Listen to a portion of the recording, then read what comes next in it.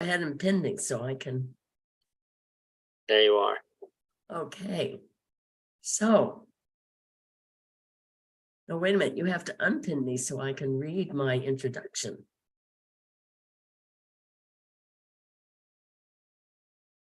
Nope. I have to stop recording for a minute. So.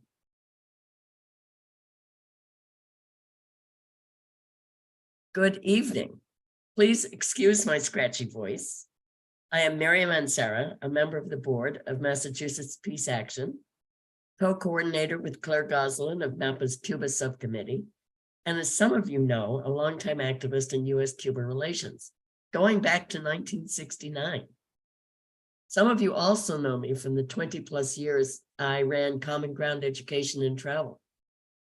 I'm especially pleased that we are joined by some old friends, Pepe, Elzbieta, Charlotte, Jorge, Otis, Charlie, Elena, Lourdes, and others, as well as new friends.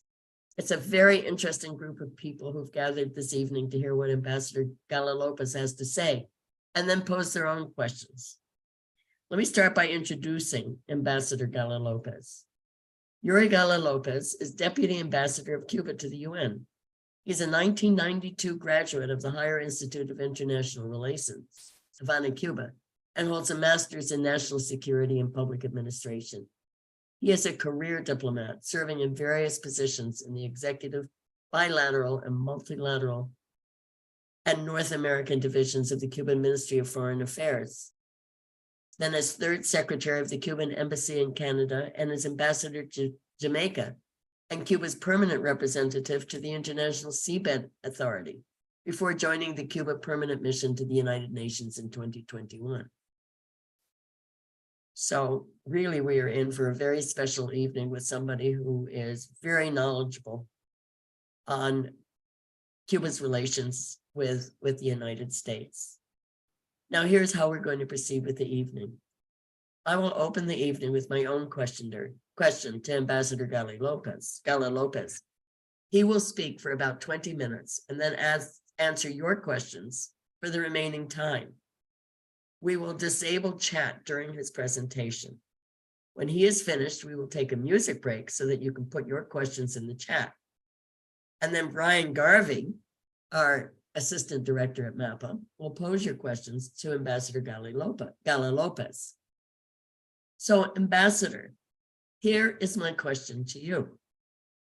From Cuba's point of view, where do things stand in U.S.-Cuba relations? Has any progress been made? What, from Cuba's perspective, are the biggest obstacles to making any progress? Well, first of all, thank you. Thank you, Mary. Thank you to your colleagues. And obviously, I'm very pleased to be here in this webinar to share some information and to also interact with the audience on this very important topic for us, which is the relationship between the Cuba and the United States. But before we get into that, let me also say that I'm also very honored to represent the Permanent Mission of Cuba to the United Nations in this webinar. As you may know, here in New York City, we are working representing Cuba to the United Nations in a number of meetings there, for being part of Cuban delegations who have been attending a number of meetings on different agenda items. So we are very present here at the United Nations, defending the cause of Cuba and also supporting the voices of the countries from the South when it comes to demanding better treatment and better attention to a number of issues. And obviously for us, there are quite important issues in our national capacity that we defend. And that's part of my initial comments. So thank you again. And to respond to your very interesting questions, Mary, and to the audience, let me start by saying that it should be said that the United States government continues to apply a maximum pressure policy towards Cuba, which is inherited from the previous administration. And that's something that I want to highlight from the very beginning, that we have been continuing under this so-called maximum pressure policy, which has new and not so new elements on it. But the fundamental and defining characteristics of the Cuban-US bilateral relationship continues to be, without any doubt, the existence of the economic, financial, and commercial blockade imposed by the United States on Cuba. This is one of the issues that we as a permanent mission to the United Nations defend in the relevant meetings here, and we have a very traditional resolution that I would like to provide more elements afterwards during my presentation. But this is one of the issues, one of the central issues that we defend and actually denounced here at in the framework of the United Nations in front of the international community. And we have been receiving a lot of support on that, but let me get into that afterwards. So going back to my point, so the blockade continues to be the single element that characterizes and defines the bilateral relationship between our two countries. The United States government have been using that tool, which is the blockade, as a weapon of putting hostility towards Cuba. We think this is a weapon of cruel, illegitimate, and immoral coercion, and which constitutes the fundamental obstacle to the performance of the Cuban economy right now, and for a time being as well. So this is another important element, and I want to emphasize from the very beginning, from the outset, that this comprehensive system of unilateral coercive measures have been, for a number of decades, but especially now, the fundamental obstacle to the performance of the Cuban economy as a whole. It is also evident the open policy of subversion and the attempts to destabilize our country with the backing of tens of millions of dollars, together with the tolerance towards those who, from the United States territory, guide, finance, and even train individuals to commit violent acts against Cuba. So this is happening, and we have to be cognizant of that fact.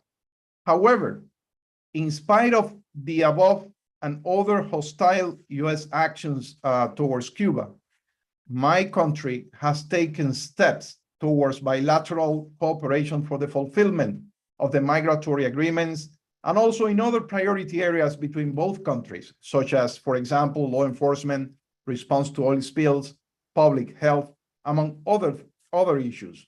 It has to be reminded that back in the last 2 years of the Obama administration, more than 20 bilateral agreements were signed at that time. And those agreements would cover more than 10 areas in which, at that time, both governments took the decision to cooperate to try to move forward our bilateral relationship. So we're talking about more than 20 agreements dated or they were signed back in 2015, 2016, and even during the first days of January in 2017, that actually created a very useful platform for both countries to have a constructive relationship based on mutual respect, based on the realization or the conviction that there might be deep differences, politically speaking, philosophically, even in the system of our respective economies, but there might be other issues in which both countries could actually forge a useful and a constructive relationship that could be beneficial for the respective peoples. But that's something that unfortunately was stopped during the Trump administration, and we are in that process that I just explained some minutes before. And our goal remains to promote broader ties with the United States and its people especially. And we remain willing to build a respectful and a mutually beneficial relationship in full compliance with international law and the sovereign prerogative of each side. This is known to the government of the United States, to which we have expressed this directly and publicly, so this is not something new. Now, the 60-year-old blockade, which has been tightened in recent times as part of the policy of maximum pressure, also continues to be the main obstacle to progress in this bilateral relationship, as I was explaining. So basically, this is the main obstacle, not only for the economic and social development of Cuba, but also to have a constructive relationship, which could be based on a civilized approach by the US side. So these are unilateral coercive measures implemented by the US, and we do not apply similar measures to US whatsoever. So it's a unilateral approach when it comes to the coercive measures to a specific country. So let's talk about that. And I would propose to tackle your queries, your initial queries and questions by concentrating my initial comments on those specific issues. First, what is the status of this unjust blockade on Cuba, its impacts on Cuba as we speak, and secondly, the Cuba's reinclusion or reinsertion into the so-called state sponsors of terrorist list, which reinforces the blockade as well. So let me say some general comments on the issue of the blockade. So we've said publicly that this is an inhumane policy and response to very clear designs, which are not new at all.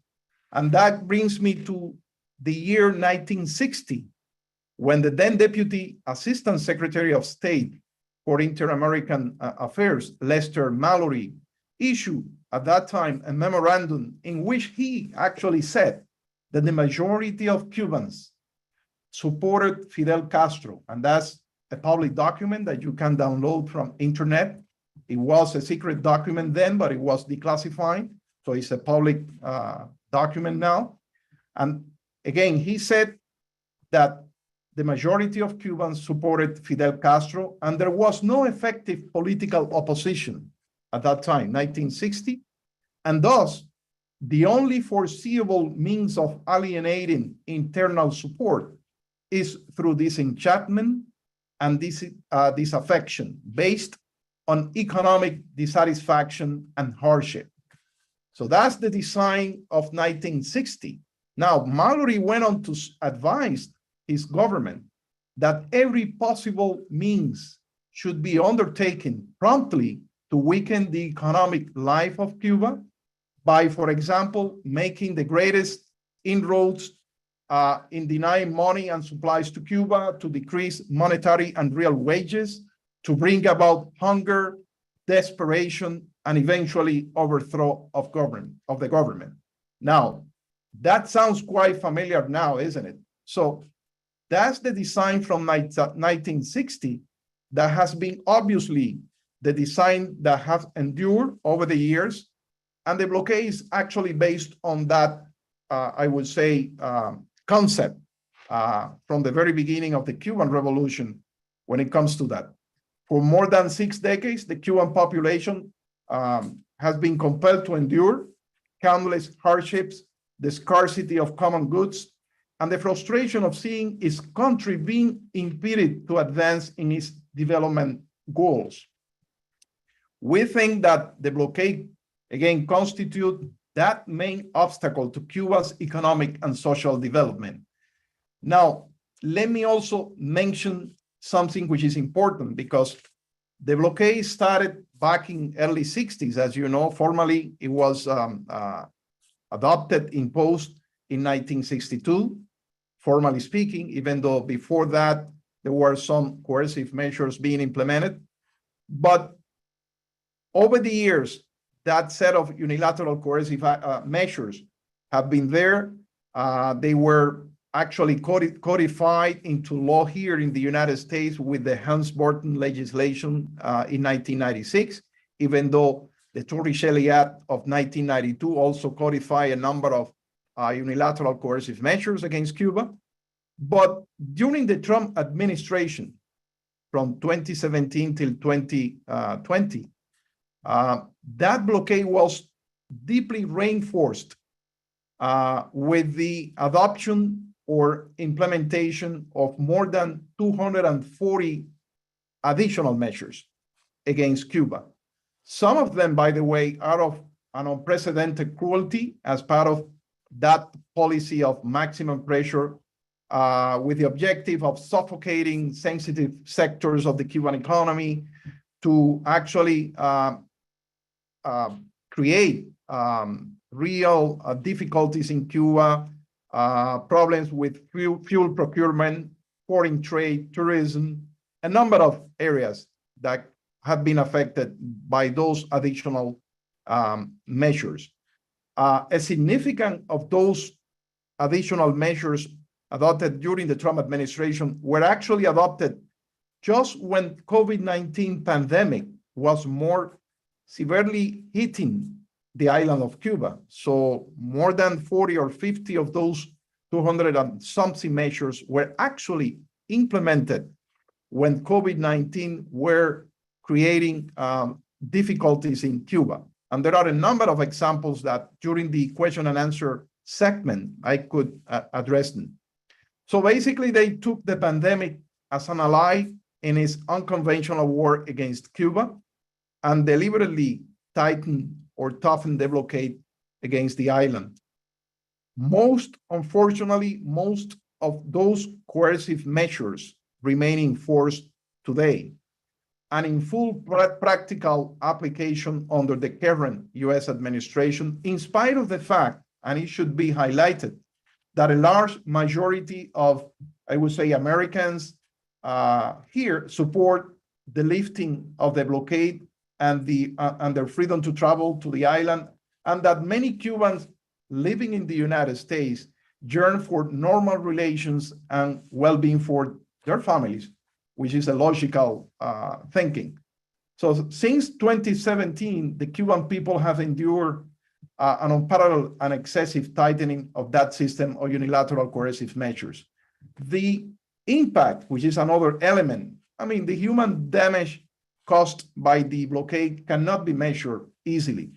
No Cuban family is spared from the effects of that inhumane policy. No one could honestly claim that it does not have a real and a very negative impact on our population, especially those who have been to Cuba. And I'm sure that among the people in the audience, there are a number of them who have been to Cuba even recently and could actually witness the real impact of that blockade on our population.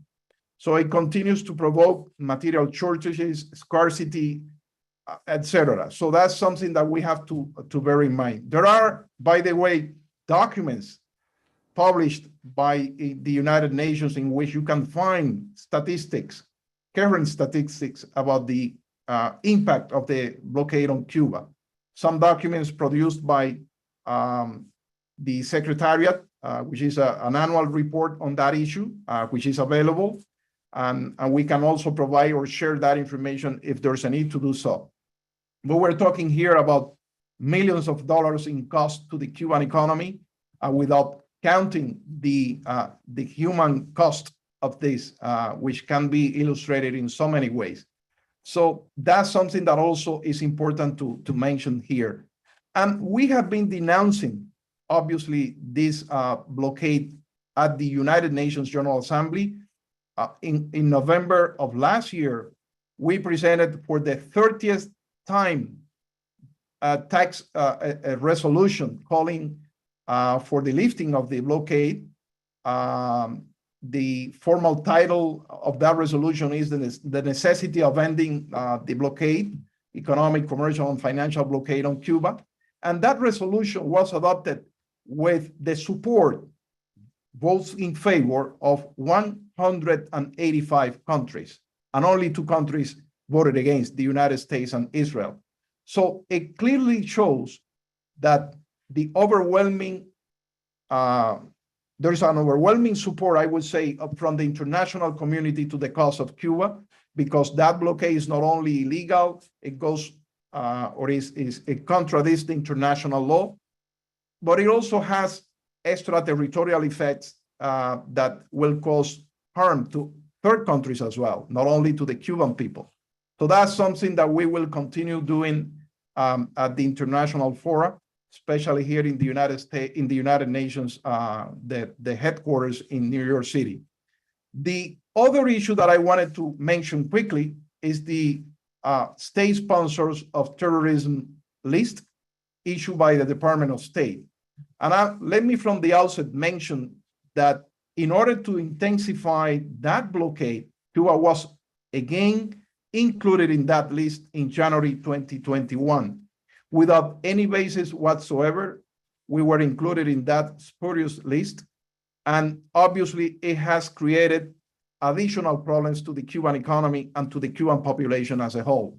We consider this is an arbitrary and unjust and immoral step.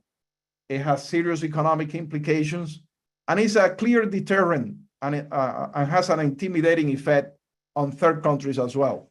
But let me also mention some of the elements to provide more information about this situation when it comes to the set list. First, I want to recall that this is the second time that Cuba is inserted unjustly on that list. We were first included back in 1982, and it was only in 2015 that Cuba was excluded during the Obama administration. It was a recognition of the obvious, which is that Cuba is obviously not a state sponsor of international terrorism whatsoever. So it was in 2015 that we were excluded, but unfortunately, in January 21, days before the end of the Trump administration, we were again put back to the list on the list. But let me say it loud and clear. Cuba is not a country sponsoring terrorism. This fact is pretty known to the US authorities, including or especially those in charge of law enforcement. And the presence of Cuba on that list is an action of political and economic coercion, which ignores, obviously, the genuine and honest will to confront the danger posed by terrorism. I have to clarify as well that we're talking here about a unilateral list. This is not a document agreed upon by the United Nations, member states of the United Nations, but it's rather a list drawn up and published by the State Department. So it is a unilateral exercise by the US government. And that's something that has to be clarified. It seeks to discredit Cuba, put pressure on third countries in their relations with Cuba. And so it's an exercise that does not enjoy any legitimacy whatsoever at the United Nations.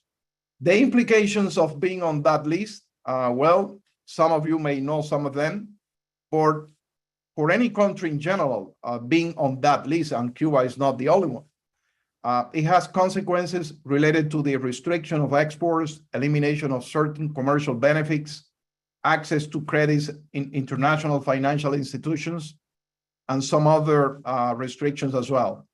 So obviously, the inclusion of Cuba on the list is one of the elements of the US strategy aimed at isolating or trying to isolate Cuba and provoke its economic collapse. We have been receiving, since the time we were included on the list, more financial persecution. It has caused very clear difficulties for Cuba in our relationship with financial institutions, with a number of banks, including governmental banking and commercial institutions, of countries with which Cuba has good relations. And that's something very tangible, very clear. A number of banks have, for example, ceased operations with Cuban diplomatic missions in a number of countries. So we're talking here of very tangible consequences for Cuba after being put back to the list of country sponsors of terrorism. There is also the possibility here in the United States for entities opening legal proceedings against Cuba under U.S. anti-terrorism laws as well. In other words, it not only does it have an absurd moral implication, which is very clear, the slandering of Cuba, but it's also something with an important economic impact on the Cuban economy. And Cuba has a very clean record when it comes to fighting terrorism. The US government is unable to show credible evidence to justify the inclusion of Cuba in that unilateral list. Cuba endorses in our constitution the repudiation and condemnation of terrorism in any of its forms and manifestations, and has maintained a transparent and unimpeachable attitude in the fight against terrorism. Cuba is a state party to the 19 international conventions on terrorism, and we have a strict compliance with the relevant resolution of the UN Security Council here in New York. And Cuba has carried out some bilateral cooperation actions with the United States in the fight against terrorism, and we can expand on that in the question and answer segment. There is also an important point that I want to make before concluding my initial remarks, which is that perhaps the list in which Cuba has to be included is the list of those victims of terrorism. So Cuba is a victim of terrorism since the very beginning of the Cuban Revolution back in 1959. We have been a nation that still suffers from the consequences of that.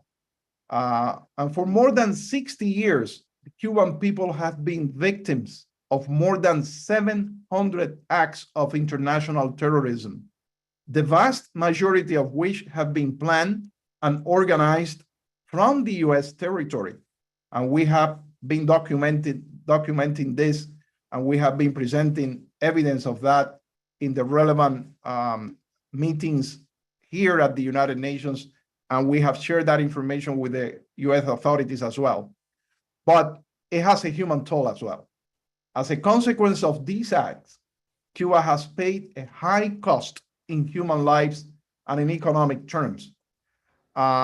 These terrorist acts, and I want to be very specific, have cost the lives of 3,478 people and have disabled more than 2,000 people since 1959.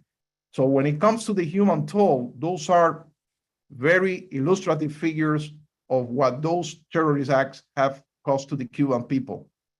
The impact of this course has not excluded any sphere of the economic and social life of our country, including our foreign services, meaning embassies abroad who have been targeted of terrorist acts in the past as well. So there are examples that I want to mention perhaps in the segment of questions and answers, but there is plenty of evidence that Cuba has been a very clear victim of terrorist acts, and that we have a clean record when it comes to fighting international terrorism or terrorism. So that's something that I want to make. And in closing, let me emphasize that the immoral policy of economic asphyxiation is something that we will continue denouncing. The US government, unfortunately, insists on destroying the development model that we Cubans have decided to build on a sovereign basis. It is an unfounded and unilateral, the decision to include Cuba in the list of states sponsoring terrorism is unfounded. It's a unilateral decision that has very clear consequences, negative consequences on the Cuban economy and on our people. And it's neither legal nor ethical for the US government to subject a small nation like Cuba for decades to an unceasing economic war, which is what we're talking here, in order to impose on our country a political system and a government that are alien to it. It is unacceptable to deprive an entire people of the right to peace, development, well-being, and human progress. And with that, I like to conclude by saying that Cuba makes effort not only to survive, but also to continue making headway in all possible areas. Our road has not been easy and will not be easy. We are cognizant of that fact, but Cuba will not stop. And in that battle, the friends of Cuba in the United States and in every corner of the world obviously are essential, and we really appreciate all the solidarity that we've been receiving from the United States groups, associations that really understand who has to change the policy of hostility. Thank you very much. Thank you very, very much, Ambassador. We're now going to open the chat, and we're going to put on a little bit of music to give you time to put the questions you have in the chat. Brian?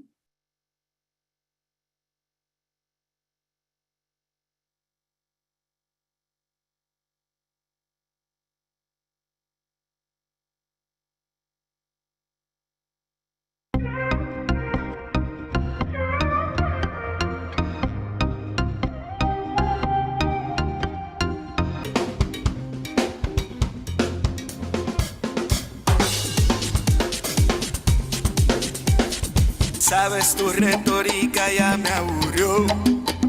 Yo no sé a qué masa le vas a mentir. Otra vez mi pueblo que se unió te enfrenta y te dice que bloqueo no. Tratas de ponernos contra la pared. Te da rabia no podernos someter. Otra vez mi fe te sorprendió y el mundo te grita que el bloqueo no. Coge mambo, coge timba y no comas tanta guinda al brindar con tus cipayos y otros tontos papagayos.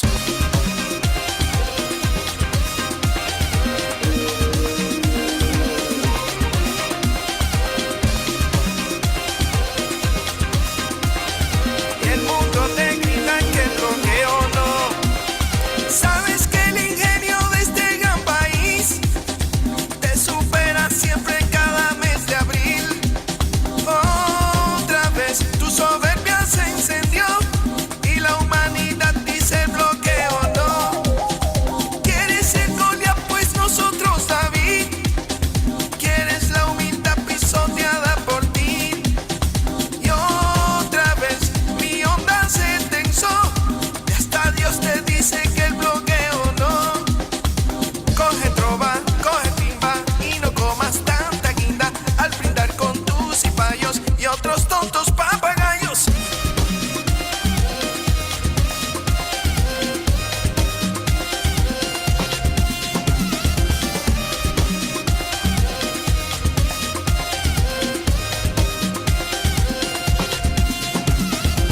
Esa forma extraña que usa para someter, al final se volverá en contra de sí. Bloqueando a los demás, te bloqueas a ti y sacas un boleto hacia la soledad. A un pueblo que amanece con dignidad, cada día escucha se recrudeció. Y otra vez pierdes la oportunidad de limpiar tu historia diciendo el bloqueo no. Desbloquéame. Desbloquéame.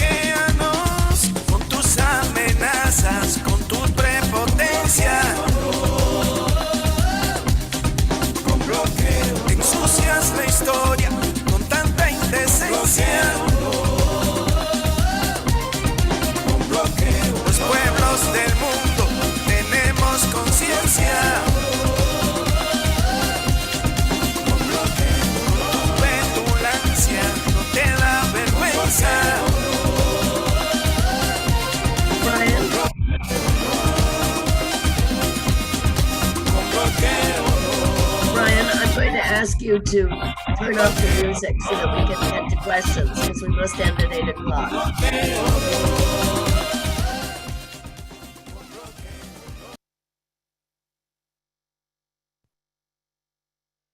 Thanks, Mary. That was a really good suggestion for the song. That was great. I was really enjoying that.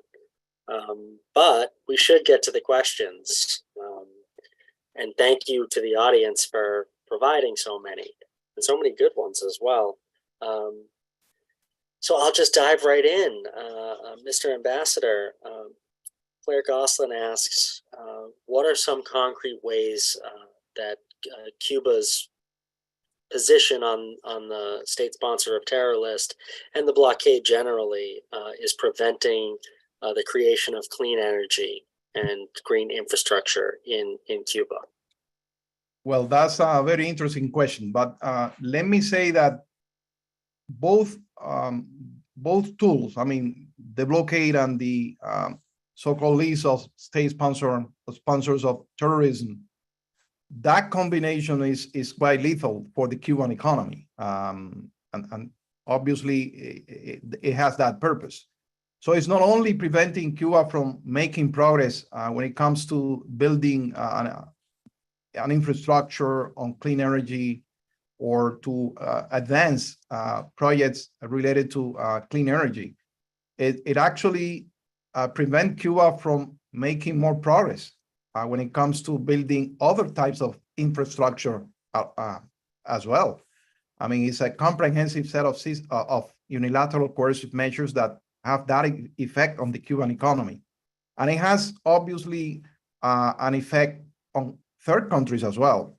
Let me put one example of the scope of the blockade reinforced with this unilateral list. For example, under the regulations of the blockade on Cuba,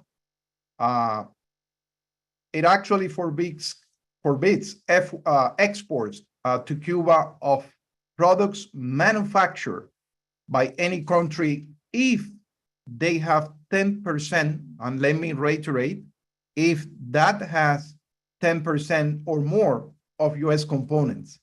So basically, no country in the world can actually export something to Cuba if that particular good has 10% or more of US components.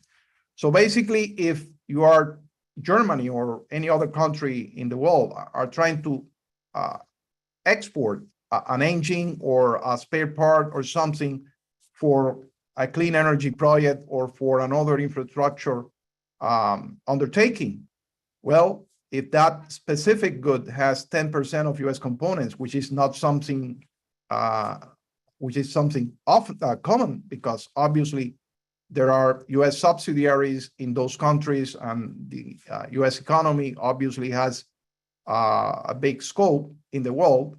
So you might find not a few goods with that level of percentage of US components. So that basically is forbidden for Cuba. So we cannot procure those goods that could be beneficial for projects such as clean energy or some other related projects as well. By the same token, the blockade actually excludes products manufactured in third countries if those goods contain Cuban raw materials as well. For example, nickel and some other related materials that could be manufactured in Cuba. So at the end of the day, you have a comprehensive system of sanctions or unilateral coercive measures that will prevent Cuba from procuring certain goods. And we're just referring here to clean energy projects, but it also applies to any other area in the society. So if we need to get certain state-of-the-art technologies for our hospitals or for other spheres of the economy or society, we will face the same situation. So we are getting that situation with the procurement of goods, but we also have difficulties in selling our products as well. So if our economy doesn't get enough income, then it will be very difficult to actually develop that kind of projects that it was actually put in the question. So I just wanted to mention that. Thanks. We have a lot of great questions and limited time, so I'm just going to go straight to the next one. This is an important question, and I think that the answer might be of use to advocates who want to stand in solidarity with Cuba. But this is from my colleague Miranda, who asked, what is the most important thing, in your opinion, for members of the U.S. Congress to hear about the effects of the blockade that might get them to change policy or suggest a change in policy toward Cuba? Well, the first thing I would say is that when we denounce the blockade in international meetings or present the case here at the United Nations on any other forum, is not something that we are just reiterating as a description of something theoretical. We're talking here about real consequences on a population. So when I've mentioned in my initial comments that more than 240 measures were adopted during the Trump administration to tighten the 6 decades old blockade on Cuba. Now, one of those measures, for example, is the number of measures aimed at preventing Cuba from procuring fuel from other countries. So when you have a country such as Cuba that has a number of difficulties in getting fuel, it means that you will face, and we are, difficulties in public transportation, in electricity, and in some other areas that depend on fuel consumption. So it has very real and tangible negative effects on the individuals or on the population living in Cuba. So you have shortages of fuel, you have lack of electricity in certain moments of the day, you have obviously an impact on the public transportation, on industries.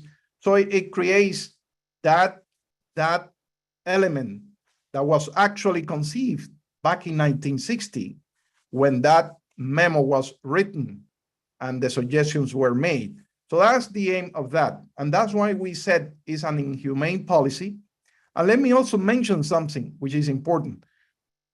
When we mentioned that at the General Assembly of the United Nations, 185 countries, and again, 185 countries supported Cuba in passing that resolution at the Assembly, it gives an idea that even strong allies of the US are actually supporting Cuba when it comes to its denunciation of the US blockade at the international level. 185 countries cannot be wrong. The ones who are actually against the logic, against history, are the ones who are voting against the resolution. So the US government should do the right thing and lift the blockade on Cuba, because it has been documented clearly that it has a human impact on the Cuban population. And those who can travel to Cuba will witness the scarcities that we are facing and that we are trying to overcome. But we are a developing country with a number of challenges as well. So if on top of that, you have to actually face the consequences and regulations of this comprehensive blockade, is very complicated. And we have to also mention that Cuba has to do, or to go the extra mile in fighting COVID-19, which was an additional obstacle, not only to Cuba, but to many countries in the world. But Cuba overcome that with our ingenuity and the scientific community of Cuba, who were able to come up with 3 homegrown vaccines. And now Cuba has a population which is fully vaccinated in more than 95%, that the pediatric population of Cuba is fully vaccinated as well, again, using our Cuban-made vaccines. but it has an economic cost as well. So we have to divert a lot of resources to fight that pandemic that was clearly a great priority, not only to Cuba, but to the rest of the world as well. So those are resources that were put into that. And again, we have to continue facing the blockade. Yes, it has been creating a lot of difficulties to the Cuban economy and to the Cuban population. And it's remarkable what Cuba has done in spite of all that. So many great questions here, but just actually addressing something that you just mentioned, these votes that take place in the UN. Why can't the United Nations do more? This is a combined question from Isabel and Diane. Considering that only 2 or 3 countries regularly vote against denouncing the blockade, why can't the United Nations do more? And what can Cuba and what can supporters of Cuba do to rally those 185 nations that you just mentioned? Well, it's a very interesting question, and I know that many people have perhaps the same, idea why the UN does not do more on that. And we have to face the reality that the United Nations is a reflection of the international community and the times that we're living in. So it is, I think, remarkable that that resolution, even in present times, still enjoys that level of support, 185 countries, which is not something often that you will find often at the United Nations here. I mean, there obviously resolutions might be adopted with 100 votes, 80 votes, 120 votes, but 185 is a very high level of support. And Cuba is a developing country, small island in the Caribbean, but I think the strength and the legitimacy of the cause that we're defending is understood even from countries which are not so close to Cuba in terms of economic relations or any other sort of relations, but rather are perhaps strong allies of the United States. But really, when we're really speaking here about a policy which is in contradiction with the international law, is in contradiction with the UN Charter as well, and with the principle of international law as well, in general terms. So people realizes that this is wrong, is a unilateral coercive measure, but at the same time, the forum in which this resolution is adopted is basically the General Assembly, which has a strong moral stand, but the resolution is not legally binding. So it's rather a moral call. Very important though, because the General Assembly is the most representative body of the United Nations system. Other bodies have less number of, not a huge membership as the General Assembly, which is 193 countries. But again, its outcomes are not legally binding. So it's basically a moral call, is a strong moral message to the international community. And if we're talking about democracy, not only about domestic level, but international level, and if you picture the General Assembly as a parliament, well, the majority is basically conveying a strong message. 185 countries are saying to another side that it has to lift the blockade. So ethically speaking, and if we're talking about democracy also at international level, well, there is a clear majority saying that this is wrong and the United States government should do the right thing, which is to lift that unjust blockade. Thank you. This is another related question asked by both Laura and Nina. Are multi-country groupings, economic partnerships like BRICS, for instance, changing the dynamic in which the United States is able to put so much pressure on Cuba. Do you see hope in these new economic agreements like BRICS? Well, I would say that obviously Cuba is watching those developments closely. As a matter of fact, we have good relations with those countries, bilaterally speaking, because, for example, when it comes to BRICS, we have good relations with South Africa, with India, with all members of BRICS, and we have been over the years creating the kind of relationship in which we could have a beneficial exchange. Obviously, any economic relationship would require the identification of opportunities, commercial opportunities, business opportunities, and that's something that might take some time. And on the other side, and that's why we have been denouncing this, internationally speaking, the blockade. When I say that the blockade has extraterritorial effects, is because it also affects the ability of third countries to relate with Cuba, including economically speaking or commercially speaking. Because, for example, one of the regulations of the blockade is that if a vessel, a ship, touches Cuban ports, that specific vessel cannot enter into any U.S. ports in 6 months. So you might realize that certain companies might not be actually willing to have that kind of difficulties with their transportation means. So that's the real impact of the blockade. And that's why we say it's not only a bilateral issue, it's basically a blockade because of the scope. It's not a small,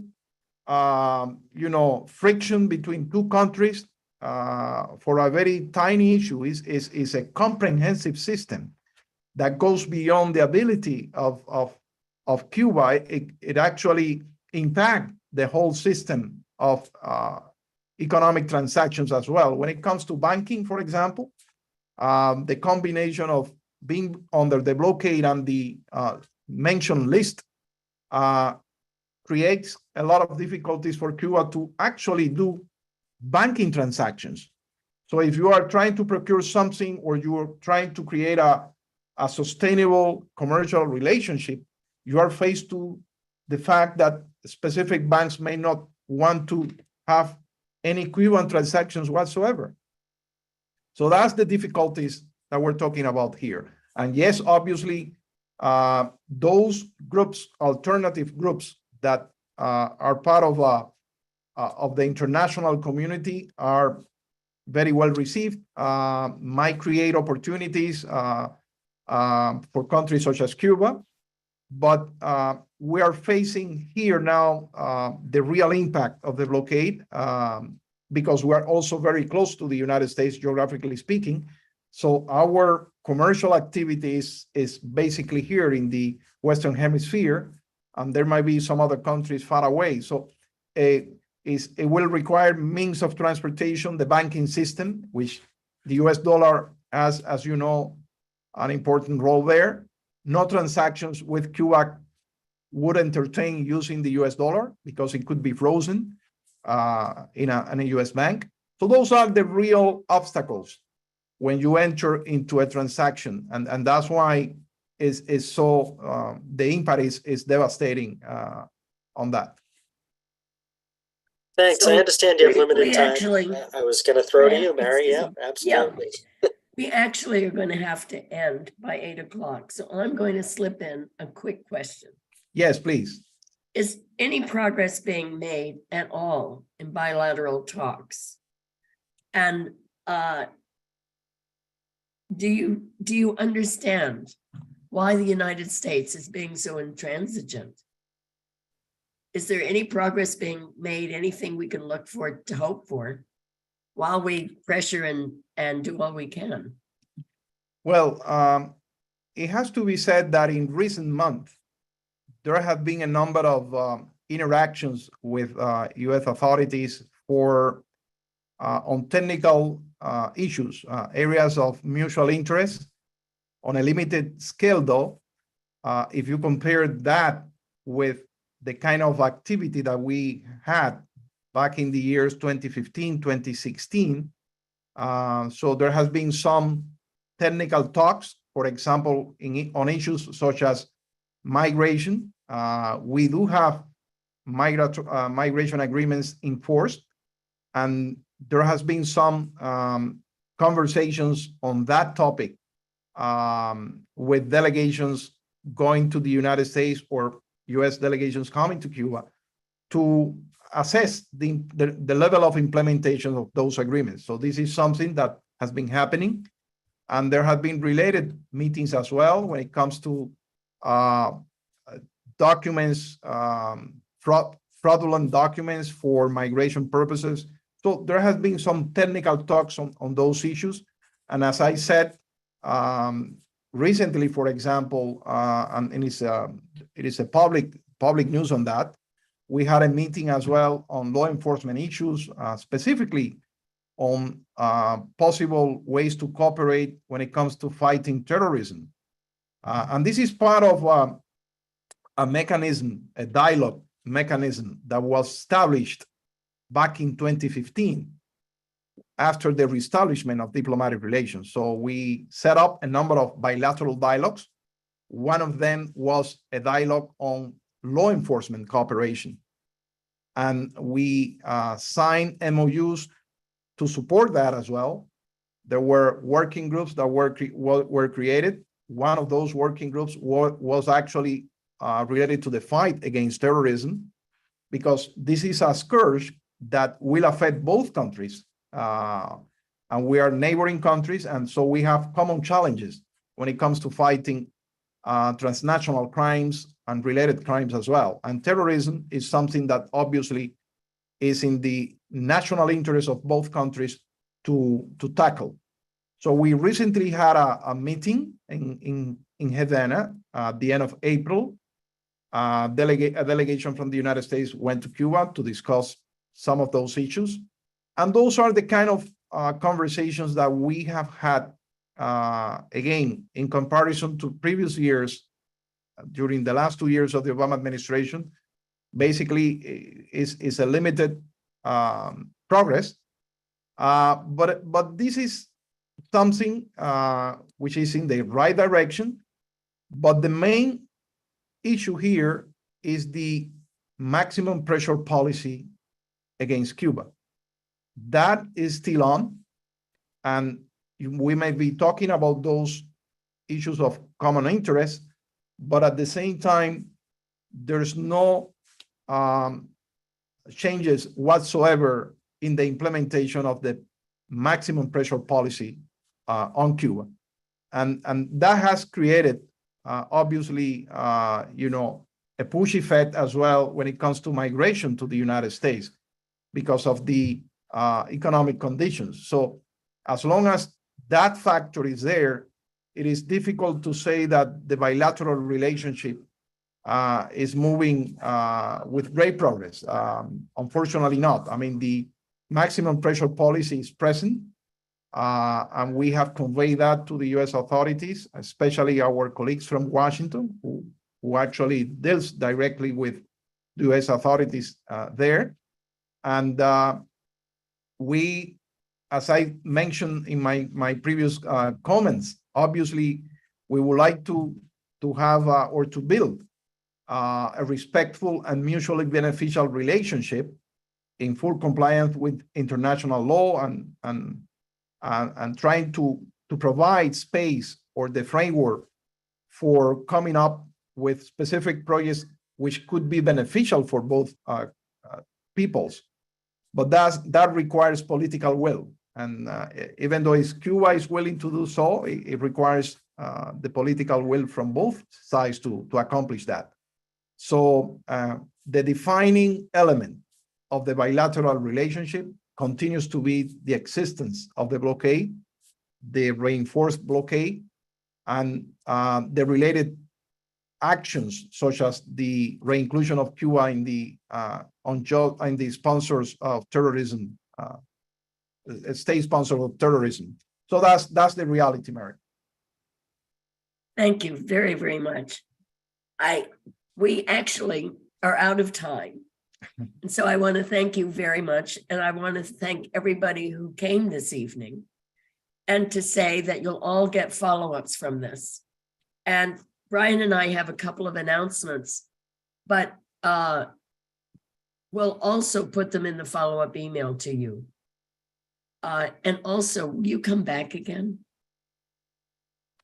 Yes. Will you come back again Yes. Because there's so many more questions. I'm more than willing to do so because obviously we have a limited time available for the webinar, but obviously I'm more than willing to continue engaging in these kind of conversations, and I know that my colleagues in Washington also would be willing to do so, because and I know that we're out of time, but just to mention and to emphasize that the Cuban population and the Cuban people have been very resilient and have been, trying to overcome the current situation bravely.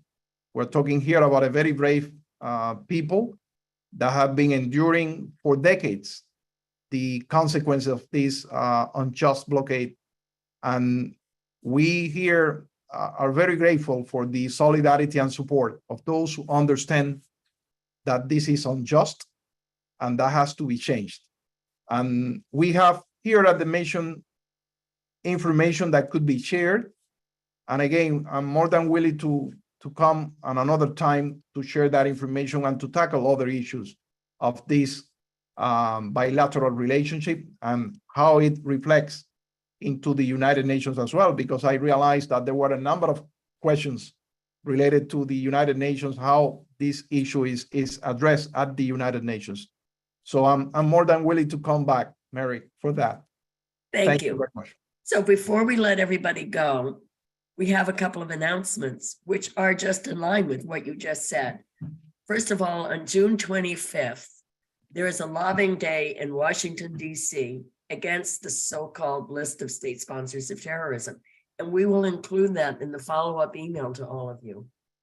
As well, for all of you who live in Massachusetts, MAPA's Cuba subcommittee has organized a campaign to get every single one of the members of our congressional delegation on board to state publicly that they will reject HR 314 and any other legislation designed to destroy Cuba. That's really what it's all about, and being proposed in Congress. And then Brian has another announcement, and we will put all of these in the follow-up to you. Brian?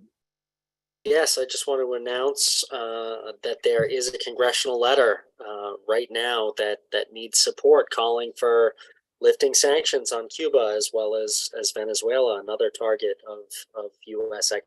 economic sanctions. And that could use as much congressional support as possible. So we will be sending out the details, and we encourage all of you to get in touch with your member of the House of Representatives and ask them to sign their name to that letter and lift some of these harmful, in fact, deadly sanctions. Right.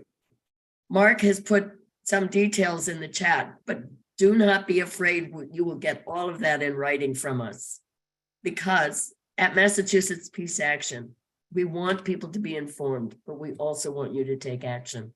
And given everything that Ambassador Gala López has said tonight, we know that you will want to take action. In fact, you usually do. So thank you. Thank you, everybody. Thank you. Thank you, Mr. Ambassador. Thank you very much to you all. Thank you. You can Have a all great night. unmute and say thank you if you like.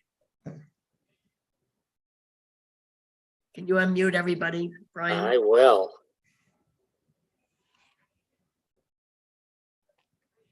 Everybody can unmute themselves now and just say thank you and good night. Anybody who wants to Muchas unmute gracias. themselves. Thank you, Thank you. Ambassador. Muchas gracias. Muchísimas gracias. Very informative. Hasta la próxima. Thank you very much. Gracias, señor. Hasta victoria siempre. Otra vez. Hello to my Adelante. friends in Cuba. That's right. Hold on.